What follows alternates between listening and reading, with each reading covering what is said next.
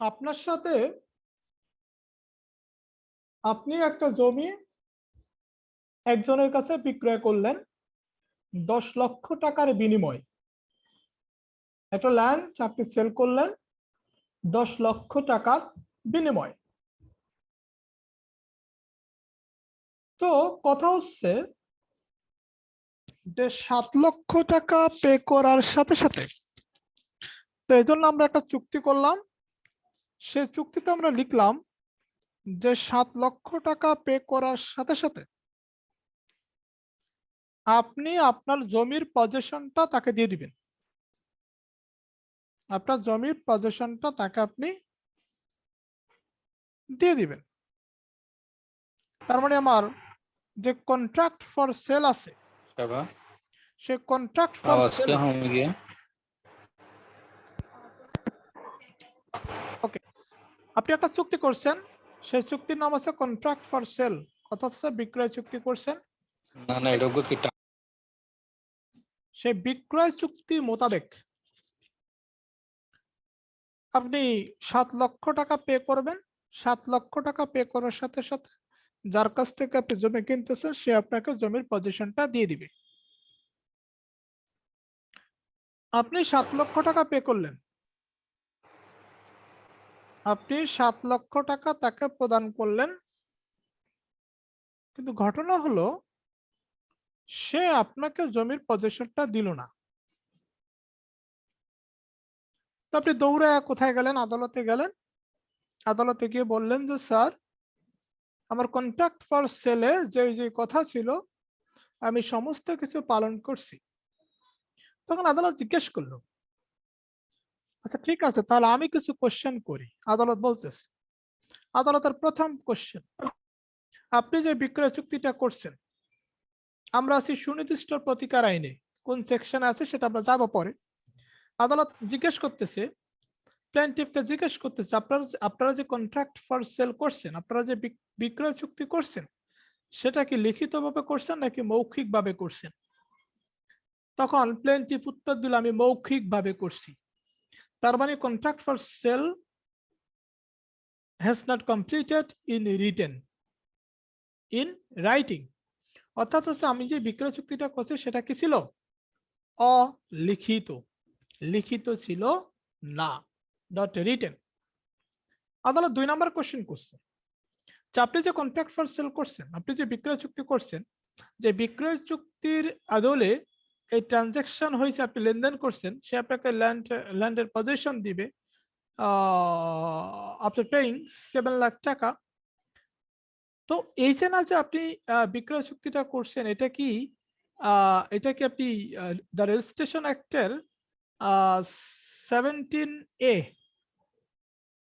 The registration অ্যাক্টের 17 কতে বলছে বিক্রয় চুক্তি রেজিস্ট্রেশন করতে হয়। আপনি কি এটা রেজিস্ট্রেশন করছেন?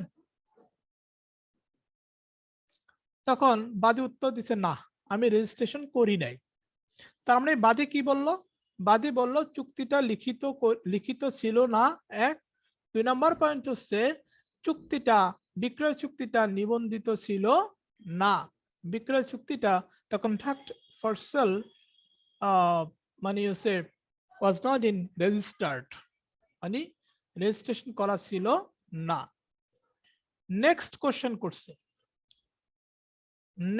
কোশ্চেন করছে যে আপনাকে কি আংশিকভাবে বা ফুললি সে ল্যান্ডের পজিশন দিছে? তখন সে উত্তর দিছে না, আমাকে সে ল্যান্ডের পজিশন দেয় নাই। অথবা সে উত্তর দিছে যে আমাকে পার্টলি পজিশন দিছে। সাপোজ আমি 10 কাঠা ল্যান্ড ক্রয় করছি, আমাকে 5 কাঠা জমির পজিশন সে দিছে।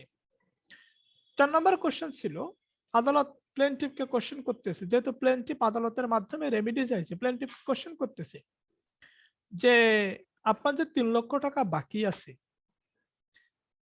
আপনি যে 3 লক্ষ টাকা বাকি আছে, আপনি 7 লক্ষ টাকা দিয়েছেন, আপনার প্রপার্টির ভ্যালুয়েশন হচ্ছে 10 লাখ টাকা, but you have paid only 7 lakh টাকা, the rest money is 3 lakh টাকা। তো আপনি এই 3 লক্ষ টাকা কি আদালতে জমা দিছেন?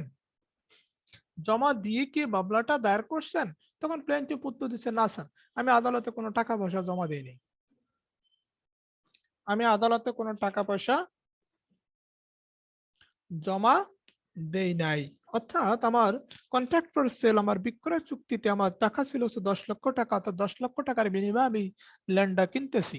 হ্যাঁ, 10 লক্ষ টাকার বিনিময়ে আমি আপনার কাছ থেকে একটা জমি কিনতেছি, আমি সেখানে 7 লক্ষ টাকা পে করছি, তাহলে 3 লক্ষ টাকা বাকি থাকে। আদালত জিজ্ঞেস করছে যে 3 লক্ষ টাকা বাকি আছে, সে 3 লক্ষ টাকা পে করে সে 3 লক্ষ টাকা আমি আদালতে জমা দিয়ে আমি মামলাটা দায়ের করছি কিনা। প্লেনটিফ উত্তর দিচ্ছে না। তখন আদালত বলছে, ভাই আমি আপনার উত্তরে সন্তুষ্ট হতে পারলাম না। সো আপনি যে জমির পজিশন চাচ্ছেন, আপনি যে প্রতিকার চাচ্ছেন, আপনি যে এনফোর্সিবিলিটি চাচ্ছেন, এনফোর্সিবিলিটি অফ কন্ট্রাক্ট ফর সেল, আপনি যে বিক্রয় চুক্তির বলবৎকরণ বা বিক্রয় চুক্তির কার্যকরকরণ চাচ্ছেন, এটা আমি আদেশ দিতে পারবো না। কারণ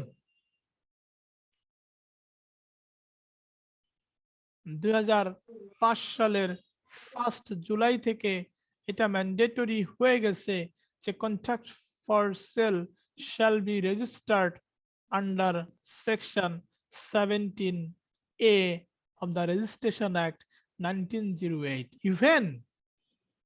even under section 21A 21 ক, সুনির্দিষ্ট প্রতিকার আইন 21 ক, সুনির্দিষ্ট প্রতিকার আইনের 21 কতে বলে দিছে unregistered contract for sale, unregistered contract for sale shall not be enforceable। অর্থাৎ হচ্ছে অনিবন্ধিত বিক্রয় চুক্তি বলবৎ করা যায় না। দ্যাট মিনস অনিবন্ধিত বিক্রয় চুক্তি বলবৎ করা যায় না। দ্যাট মিনস আপনি যতই ট্রানজেকশন করেন, যেভাবেই করেন না কেন, if the contract for sale is not registered, you will not get any remedy by the court। তার মানে এই যে আপনি 7 লক্ষ টাকা তাকে দিছিলেন, এটা মায়ের, এটা যদি বেটা দেয় ভালো মানুষ হয় তাহলে ভালো। সে যদি জমির পজিশন না দেয়, আপনি কিছু করতে পারবেন না, আদালত আপনাকে রেমিডি দিতে পারবে না। কারণ আদালত আদালত আদালত এখানে মানে আদালতের এখানে বাইন্ডিংস আছে, আদালতের এখানে রেস্ট্রিকশন আছে যে আদালত shall not enforce any contract which is not registered।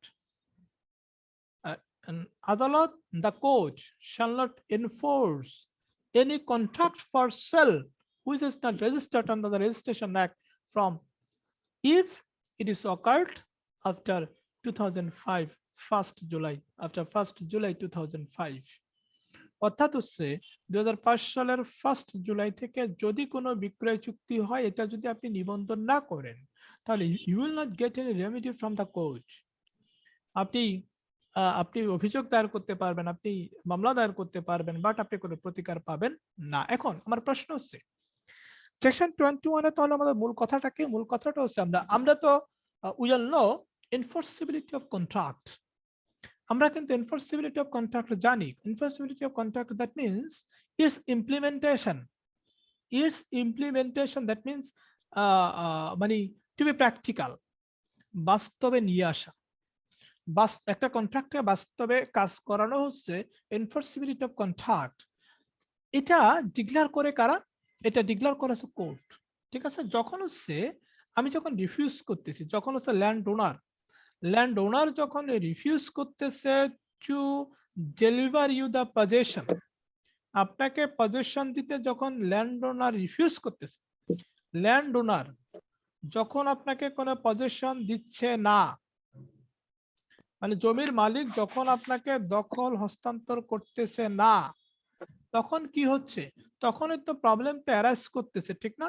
তখন আপনি পজেশন ক্লেম করে according to contract for sell, আমরা যেটাকে বায়নাপত্র বলি, বায়না চুক্তি বলি, যেটার উপর বেস করে আমাদের ট্রানজাকশন হয়, যেটার উপর বেস করে যেখানে অল কন্ডিশনস আর ইনক্লুডেড। কোথায়? কন্ট্রাক্ট ফর সেল, বিক্রয় চুক্তি। এই বিক্রয় চুক্তিকে আমরা বায়নাপত্র বলতে পারি। ইট মাস্ট বি রেজিস্টার্ড, এটা রেজিস্ট্রেশন করতে হবে। and section 21A of the SR Act, of the Specific Relief Act, এটা ইনক্লুড হয়েছে in our Act 2004, because the specific relief act amendment হয় 2004 through this amendment section 21A has been included in our SR Act. ওকে, তাহলে আমরা সামারিটা কি দাঁড়ালো? সামারিটা দাঁড়ালো যদি contract for sell বিক্রয় চুক্তি অনিবন্ধিত হয়, যদি বিক্রয় চুক্তি আনরেজিস্টার্ড হয়। আচ্ছা, আরেকটা কথা, আপনারা এখানে এমসিকিউ কেউ নাই, সবাই রিটেন আছেন। একটা জিনিস খেয়াল রাখেন যে আমরা বাংলা পাপি আপু এত সুন্দর লাগতেছে কেন আপনারে? আমি আপনার দিকে তাকায় এত ক্লাসটা ভালোভাবে নিতে পারতেছি। আচ্ছা আচ্ছা, যাই হোক, তো আপনার 21A তে আপনাকে লিখে দিল যে unregistered contract for sale shall not be enforceable. একটু লিখেন, unregistered contract for sale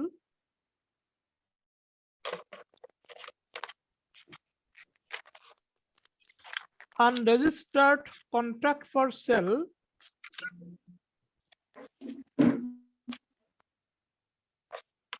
shall not be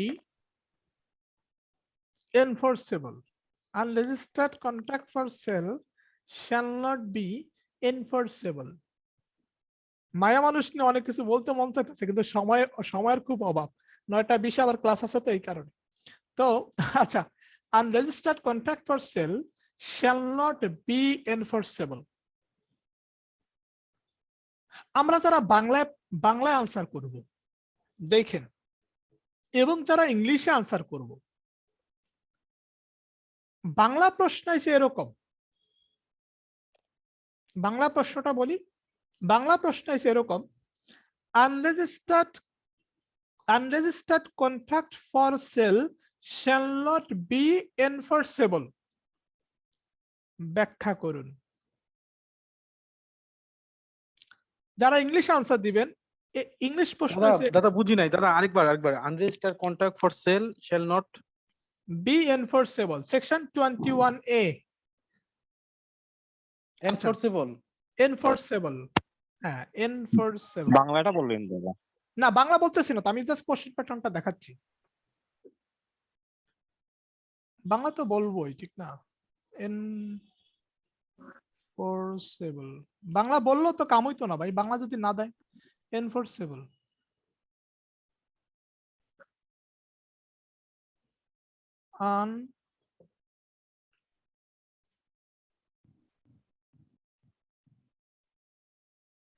registered। Dhaka ইউনিভার্সিটিতে আমার ফার্স্ট ইয়ারের আমার রেজাল্ট খারাপ না, আমার ফার্স্ট ইয়ারের রেজাল্ট ছিল মানে 3 পয়েন্টের নিচে, তো 3 পয়েন্টের ভালোই নিচে ছিল। তখন তাওরাশি মারাশি করছি, পলিটিক্স করছি, যাই হোক খারাপ ছিলাম আর কি। তো আমার স্টুডেন্টদের আজকে রেজাল্ট দিল, আমি যাদেরকে পড়াইছি এবারই প্রথমবারের মতো পাবলিক ইউনিভার্সিটির কয়েকজনকে পড়াই, তো ওরা সবাই 3 পয়েন্টের উপরে। আচ্ছা, ফার্স্ট ইয়ার আর কি, ফার্স্ট ইয়ার থেকে সেকেন্ড ইয়ার উঠলো, আজকে রেজাল্ট দিল। আচ্ছা, তাহলে আমরা কি লিখছিলাম? Unregistered contract for sale shall not be enforceable. বাংলাটা হচ্ছে অনিবন্ধিত বিক্রয় চুক্তি কার্যকর করা যায় না। এখানে আরেকটা ওয়ার্ড অ্যাড করে দিতে পারে, unregistered contract for sale shall not be specifically enforceable. অনিবন্ধিত বিক্রয় চুক্তি সুনির্দিষ্টভাবে কার্যকর করা যায় না, এটা হচ্ছে বাংলা। তো প্রথম প্রশ্ন, মানে ধরেন আপনি এক্সাম সেন্টারে আছেন, আপনার জন্য প্রশ্ন হচ্ছে, যারা বাংলায় দিবেন, বাংলা পাঠে লিখছে এভাবে, unregistered contract for sale shall not be specifically enforceable. Hyphen দিয়ে লিখছে ব্যাখ্যা করুন, হাইফেন দিয়ে লিখছে ব্যাখ্যা করুন। এবার যারা ইংলিশে দিবেন এদের লিখছে unregistered contract for sale shall not be specifically enforceable. Explain the statement. Explain the statement. দাদা 2005-এর 5 সনের কেউ- আগে 2004 সনে তো হইতো তাই না, মানে কেউ মৌখিক। কেউ একটু বলতে পারবে? আমি সেই হ্যাঁ আসতেছি পাপড়ি আপু, কেউ একটু বলতে পারবেন যে আমি কি বুঝাতে চাচ্ছি?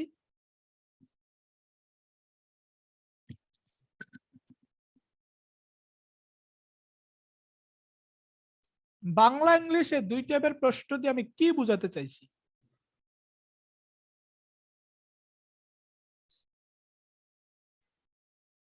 উত্তর না, জাস্ট প্রশ্নের মধ্যে দিয়ে আমি কি বোঝাতে চাইছি?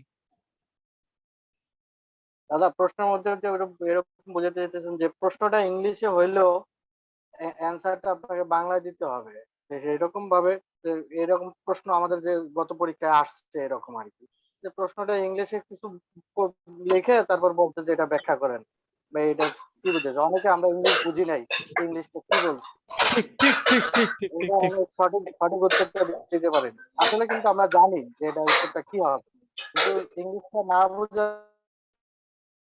হ্যাঁ রফিক ভাই যেটা বলছে একেবারে সঠিক উত্তর।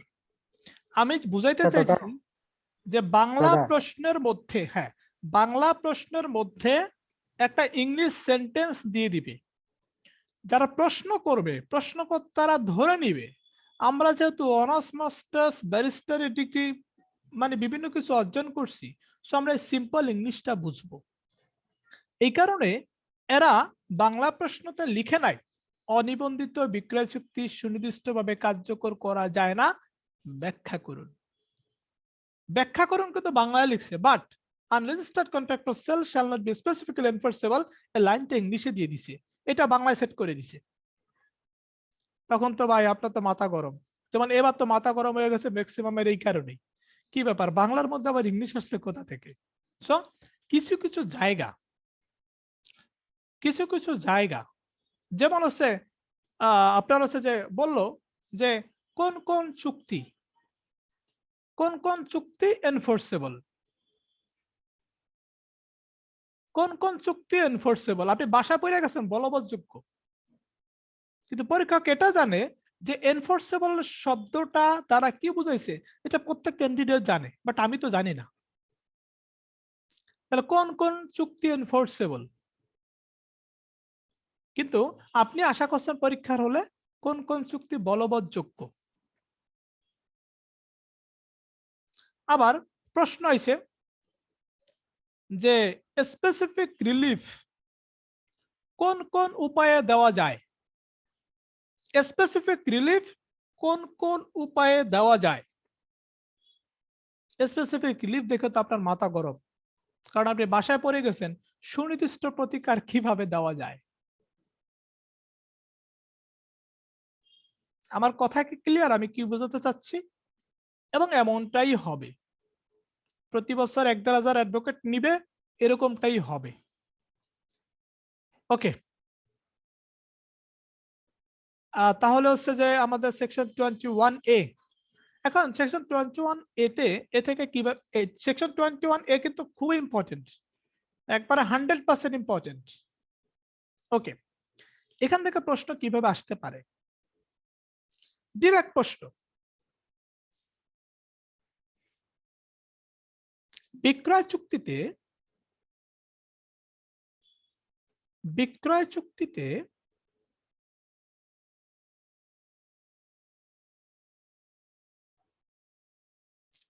এক্স ভুক্তভোগী হয়ে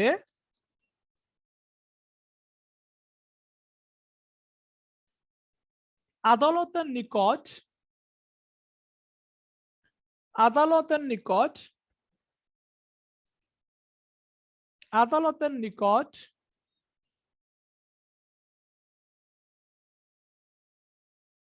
মামলা দায়ের করেও কোনো রেমেডি পেল না, কোনো রেমেডি পেল না,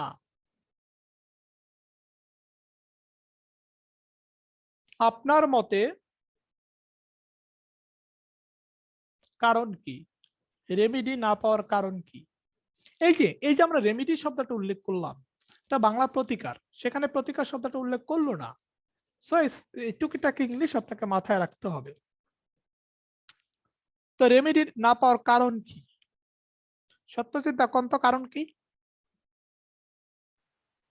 কারণ হচ্ছে ওই বিক্রয় চুক্তি হচ্ছে নিবন্ধিত না, মানে লিখিত চুক্তি কিন্তু এটা নিবন্ধন করা হয় নাই। ও তো সে আদালত যখন এটা দেখবে যে নিবন্ধিত হয় নাই না তখন না হচ্ছে না, এখানে সকল পয়েন্ট নিয়ে আসবেন। একটা হচ্ছে লিখিত না, Okay. আর একটা হচ্ছে রেজিস্ট্রেশন করা না, আর একটা হচ্ছে আপনার আরেকটা হচ্ছে আপনার ওই বিক্রয় মূল্যের যে বাকি যে অর্থ আছে, হ্যাঁ, সেই অর্থ সে প্রদান করে নাই, আদালতে জমা দেয়, আদালতে জমা দেন। হ্যাঁ, এখানে সবগুলা পয়েন্ট আনবেন। এবার যদি প্রশ্ন হয়, বিক্রয় চুক্তিকে আদালতের মাধ্যমে এনফোর্স করতে হলে, লিখেন, বিক্রয় চুক্তিকে আদালতের মাধ্যমে এনফোর্স করতে হলে বাদীকে কি কি শর্ত পূরণ করতে হবে?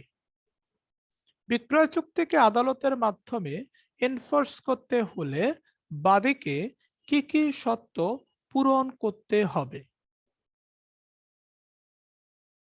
ঠিক সেম প্রশ্ন, ঠিক না? মানে সেম আনসার, বাট প্রশ্নটা একটু আলাদা। তাহলে বাদীকে কি কি প্রমাণ করতে হবে? বাদীকে বলতে হবে the contract is written, contract হচ্ছে লিখিত, ইট হ্যাজ বিন রেজিস্টার্ড,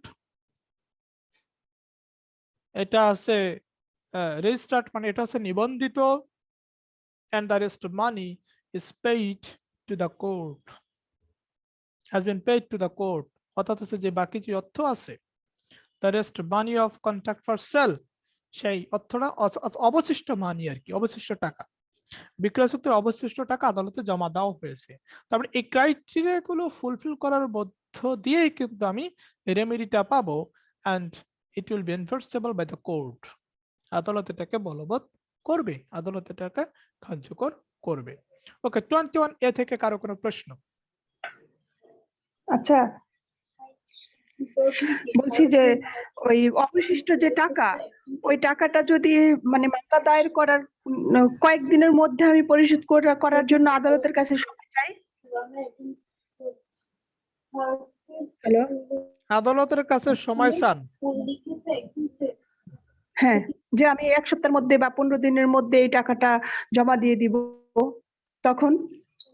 এখন প্রশ্ন হচ্ছে সেই বিধান আপনার এখানে রাখছে কিনা। দাদা আমি একটু ক্লিয়ারলি বলতে চাচ্ছিলাম এই হ্যাঁ। প্রশ্নটা, হ্যাঁ, যে আমি লিখিত চুক্তিও নাই এবং রেজিস্ট্রেশন অ্যাক্ট অনুযায়ী আমি নিবন্ধনও করি নাই, কিন্তু এ দুটার কিছুই নাই, কিন্তু আমি ওই ম্যাডাম যে কথাটা বলছে বাকি অর্থটা আমি জমা দিতে চাই 15 দিনের ভিতরে।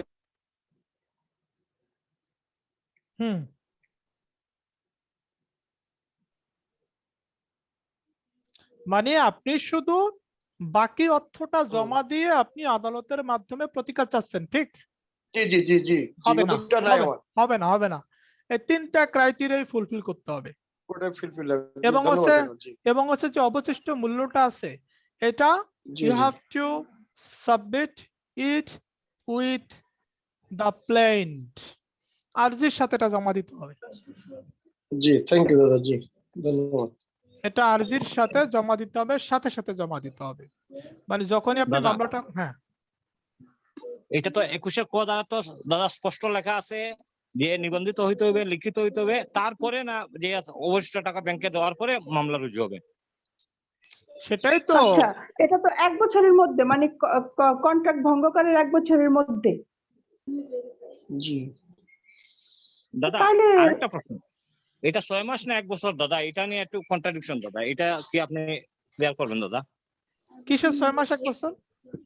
ওই যে মানে চুক্তিটা, তামাদি কন্ট্রাক্ট তামাদি ভঙ্গ লিমিটেশন করার কত দিনের মধ্যে মামলা রুজু করতে হবে? 1 বছর মেবি 113 না 14 এটা নিয়ে অনেক সিনিয়রের সাথে আলাপ করছিলাম দাদা। অনেক হ্যাঁ। সিনিয়র বলেন, আমি সিলেট থেকে বলছি, সিলেট কোর্টে প্র্যাকটিস করি, তো অনেক সিনিয়র বলছেন 6 মাস, কেউ বলেন 1 বছর। এটা নিয়ে স্যার এটা মানে কেউ শিওর কিছু বলতে পারেন না, এই ব্যাপারটা যদি একটু ক্লিয়ার করেন। মানে হচ্ছে specific performance of contract, specific performance of contract, এটা কত ধারাতে আছে আমাদের এসআর অ্যাক্টের?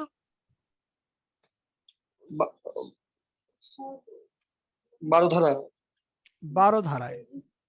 জি এটা কি কন্ট্রাক্ট কিনা?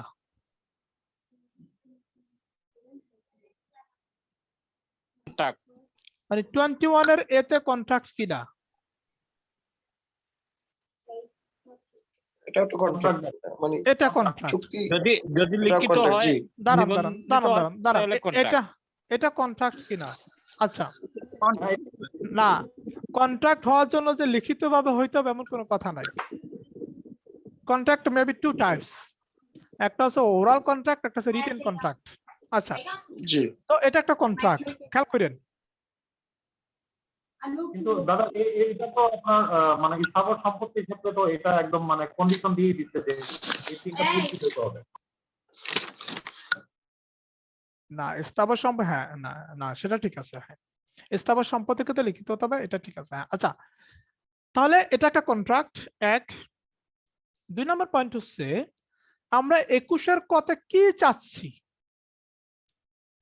বা কি হবে না এনফোর্সেবল,